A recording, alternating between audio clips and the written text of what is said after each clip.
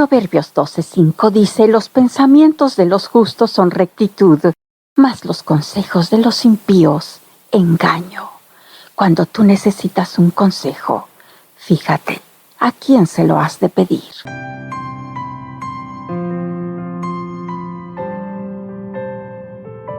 Seguimos hablando sobre las mujeres de la Biblia, estudios tomados de un fantástico libro escrito por Netta Demoni que se llama Personajes femeninos de la Biblia, y hoy vamos a empezar el estudio de una mujer bastante interesante, cuya vida deja muchas lecciones, pero para no ser imitadas. Se trata de Herodías, cuyo éxito fue su desdicha. La historia de Herodías usted la puede leer en Marcos 6, del 14 al 30. La historia sagrada es la historia de la redención de la humanidad. Comienza con la caída de nuestros primeros padres y concluye con el descenso del cielo de la nueva Jerusalén de Dios. Se ocupa de la lucha entre las potencias de las tinieblas de este mundo y de los hijos del glorioso reino de luz. Abunda, por un lado, ejemplos de fracasos para nuestra admonición y por otro, de vidas de obediencia para nuestro aliento. Entre los ejemplos de derrotas y desdichas se destacan dos mujeres, una del Antiguo Testamento y la otra del Nuevo. Ambas ejercieron una influencia nefasta sobre sus maridos. Ambas, mediante su astucia y resolución, lograron imponer su voluntad hasta el final, y ambas obtuvieron su recompensa en la perdición eterna. Jezabel manchó las páginas del Antiguo Testamento con sus hechos de sangre, y Herodías, como instigadora de la muerte del hombre que el mismo Salvador calificó como el más insigne de los nacidos de mujer, introduce una nota de tragedia en el Nuevo Testamento. Los abuelos de Herodías, por el lado paterno, eran Herodes el Grande y Mariamne I, de quienes habría heredado su astucia, su despotismo y su energía.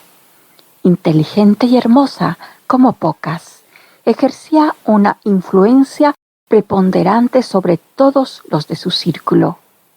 Su primer esposo, Herodes Felipe, pertenecía también a la familia herodiana, puesto que era hijo de Herodes el Grande y Mariamne II, su tercera reina. Herodías era por tanto sobrina de su esposo por el lado paterno. Debido a la complicidad de su madre, Mariamne II, en una conspiración contra la vida de su cónyuge Herodes Felipe, había sido desheredado y desterrado a Roma en compañía de su esposa, Herodías, y su hija Salomé.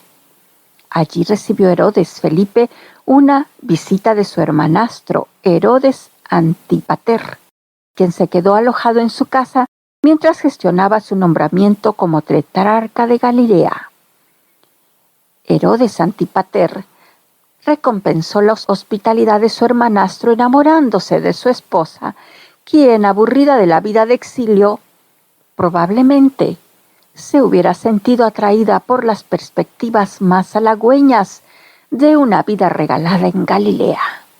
Lo cierto es que recibió complacida las atenciones de Antípater y, una vez finalizado su nombramiento a la tetrarquía, abandonó a su esposo legítimo para huir con su nuevo consorte al oriente.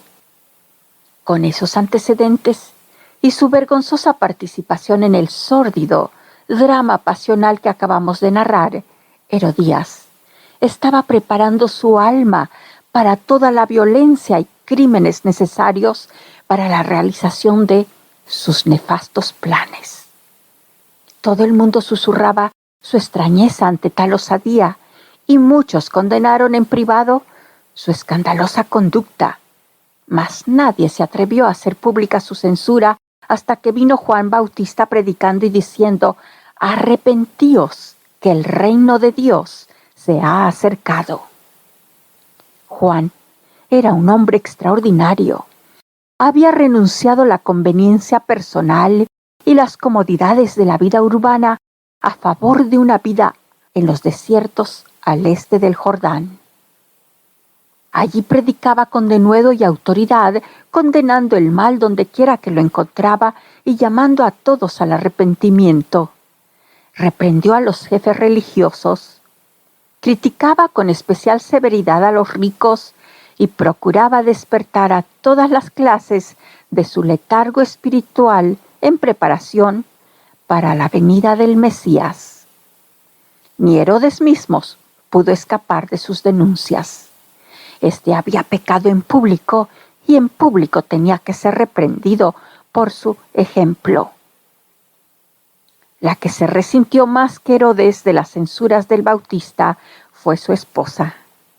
Conocedora ya de la inconstancia del tetrarca, temía que cediera ante las atronadoras denuncias del profeta y que de un momento a otro la repudiara.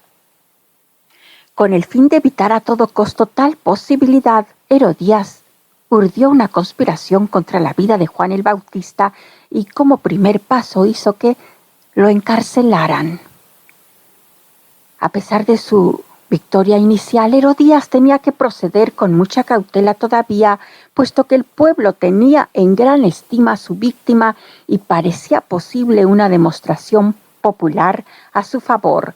Así nos lo dice Mateo 14, versículo 15. La memoria de las masas es notoriamente corta y sus simpatías de poca profundidad. Callada la voz del profeta, ellas pronto lo olvidarían. El hecho es que Herodías no haya dejado pasar desapercibida esta circunstancia.